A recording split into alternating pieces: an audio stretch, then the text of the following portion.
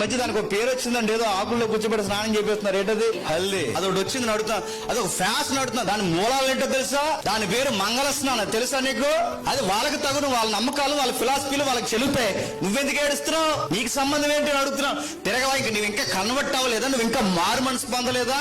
నీకు అలాగైతే గాని పెళ్లి అనిపించట్లేదా? నీకు అలాగైతే గాని మధ్యకాలం ఎవడో ఆ పెళ్లి ఫీలింగ్ డ్రైనేజ్ లో దిగిపోయాడు. ఎవడో ప్రీ వెడ్డింగ్ షూటింగ్ ఆ నీళ్ళు వేసుకోవడం, ఆ బిందులు వేసుకోవడం. మన క్రిస్టియానిటీకి డిగ్నిటీ ఉంది, గుర్తుపెట్టుకోండి. మనం కన్వర్ట్ అయ్యాం. మనకి పెళ్లి కొడుకు చేస్తున్నప్పుడు ఒక తెల్లటి వస్త్రం, మనం పెళ్లి కూతురు చేస్తున్నప్పుడు ఒక తెల్లటి వస్త్రం. చక్కటి దేవుని మాటలు, ప్రార్థన, సంఘము నిలబడి దాన్ని చాలా క్లాసిక్ గా జరిగిస్తారు క్రిస్టియానిటీలో. అది నువ్వు ఎందుకు పాటించట్లేదు? ఎందుకు పాటించట్లేదు చెప్పనా? అసలు నీకు మారు మనసే లేదు. నీ పెళ్లి టైంలో నీకు మారు మనసు ఉంటే నీ కార్యక్రమంలో చిన్న ఆకు ఏదన్నా కడుతున్నారంటే నీకు చాలా భయం వేస్తుంది. దేవునికి అనుకూలమా అనుకూలం కాదని నీకు భయం ఏంట్లేదంటే నీకు అసలు దేవుని వైపు తిరిగిన లక్షణాలు ఏం కనబట్టలేదు. పెళ్లి చేసే ముందు ఏం చేయాలి?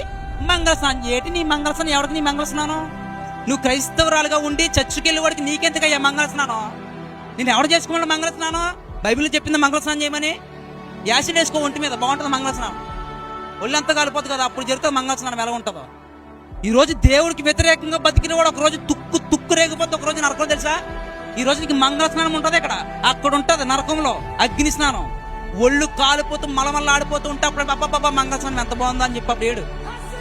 సిగ్గు లేకుండా కొంతమంది సేవకులు కూడా ఇందులో పాస్టర్లు తమ పిల్లలకు కూడా మంగళ స్నానాలు చేపిస్తూ డాన్స్లు వేస్తూ కుప్పు గొంతులేస్తూ తీనిమార్లు కొడుతూ డాన్స్ వేస్తూ కుప్పు గొంతులేస్తూ వాళ్ళ పెళ్లిళ్ళు కూడా కొంతమంది సేవకులు పాస్టర్లు కూడా చేస్తున్నారు. పేరున్న పాస్టర్లు. గుర్తున్నవాడు చేయడు అలాంటి పని. ఎవడు బైబిల్ తెలిసినవాడు ఎవడు కూడా అలాంటి పని చేయడు.